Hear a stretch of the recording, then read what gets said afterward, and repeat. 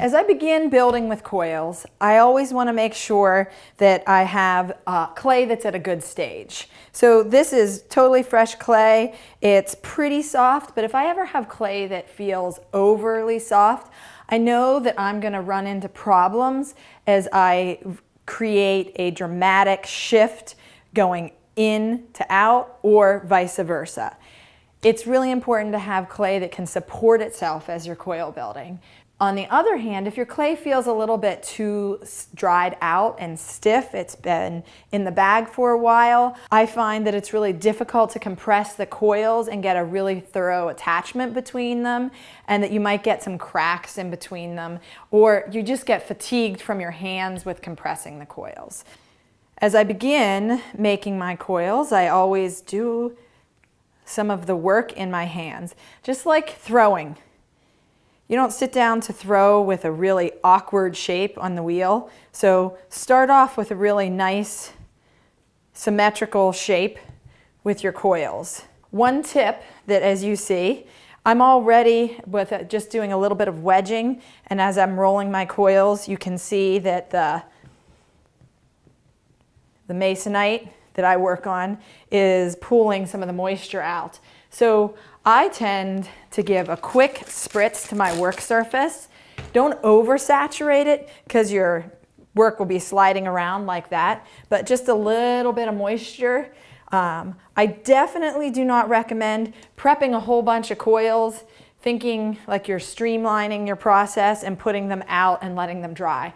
Because as you build and manipulate them, they're going to crack on you. So my first coil I always have is a decent size. So my work is not functional.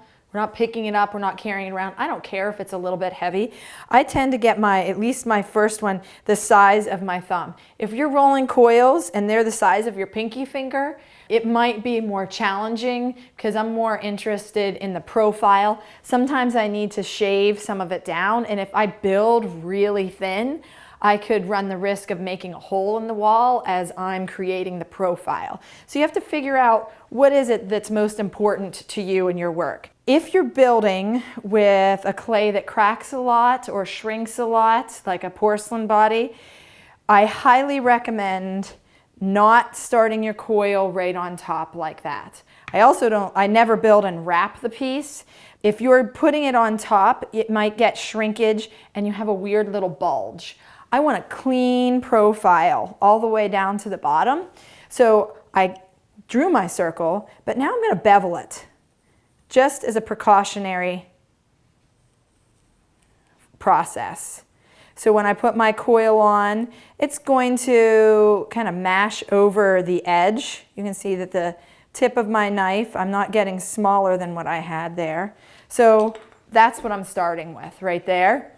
As my slip, I just have some classic watered down clay, but in addition, I have a little vinegar. I add a little vinegar to my clay.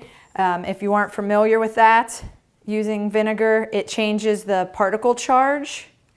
I know a number of artists who simply use vinegar in their work. You may have a studio that smells like a pickled egg, but if it works for you, that's okay.